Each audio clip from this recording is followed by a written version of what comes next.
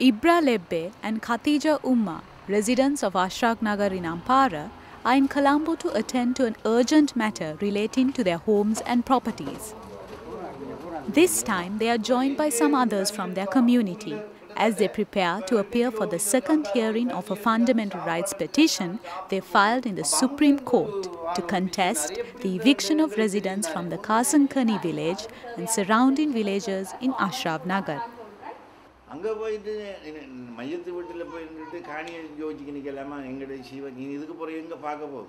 The evictions began around November 2011 when the Grease Devil scare led to many villagers leaving their homes and the army coming into the area to provide security. When the situation returned to normal, residents who came back to their homes found that the army had set up a camp in the area and informed them to vacate their homes permanently.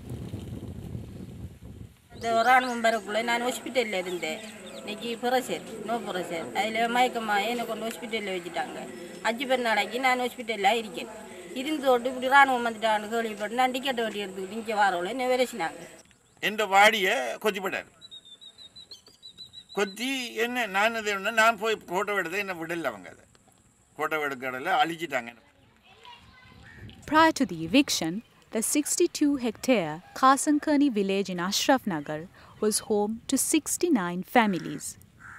Today, all except 4 families have left the area where the army camp now stands.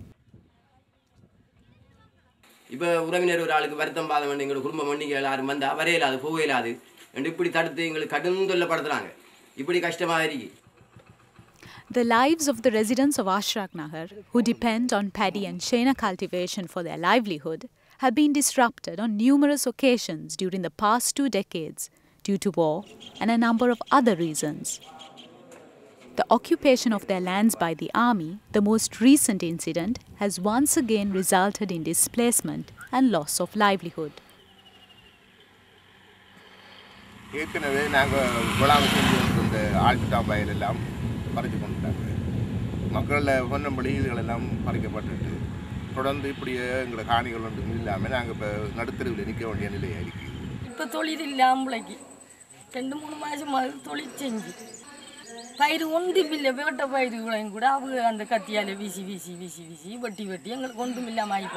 அரசியல் தலைவர்கள் சில நபர்கள் வந்தாங்க அவங்க வந்து பாப்பாங்க ரோட்டால போய் ரோட்டால வருவாங்க ஆனா ஊட்டுக்கூடு வாரண்டினா அதுக்கு தேர்தல் காலம் வரணும். Months after their eviction, and with no action being taken from the authorities or local political leaders, the residents of Ashraf Nagar decided to act on their own. Gathering at the vocational training center, they took a decision as a community to file a petition before the Human Rights Commission. At the same time, Khatija Umma and Ibra Lebbe came forward to file a fundamental rights petition at the Supreme Court to defend their claim of Ashraf Nagar being their rightful home. In 2006, 8 villages which came under the Atalacheni Pradesha Sabha was merged and named as Oluvil 1 Ashraf Nagar. Over 270 Muslim families resided in the area in 1980. Since 1983, residents gradually left the area over security concerns and took shelter in transit camps. 16 residents were brutally killed in 1990. This incident resulted in the entire population leaving the village. Resettling back to the area in 1996, residents were affected by the forest conservation activities and the Dikawapi sacred area.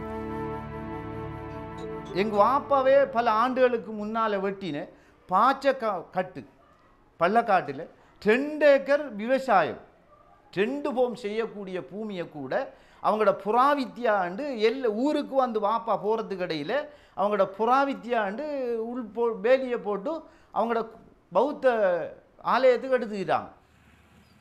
The evictions of Ashraf Nagar residents have been carried out on the basis that the lands belonged to the government and were under permit.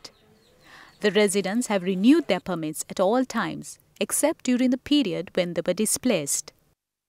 The new permits that were granted in 2010 have suddenly been cancelled without explanation.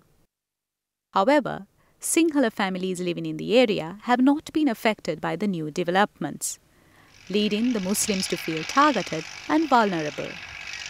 அவங்க சில ஆண்டுகளுக்கு கொஞ்ச பகுதியை துப்புரவு செஞ்சு ஓட்டு அவங்க உத்தரவு பத்திரம் கேட்டாலும் அல்லாஹ்வுடைய கிருபையினால அவங்களுக்கு கிடைக்குது.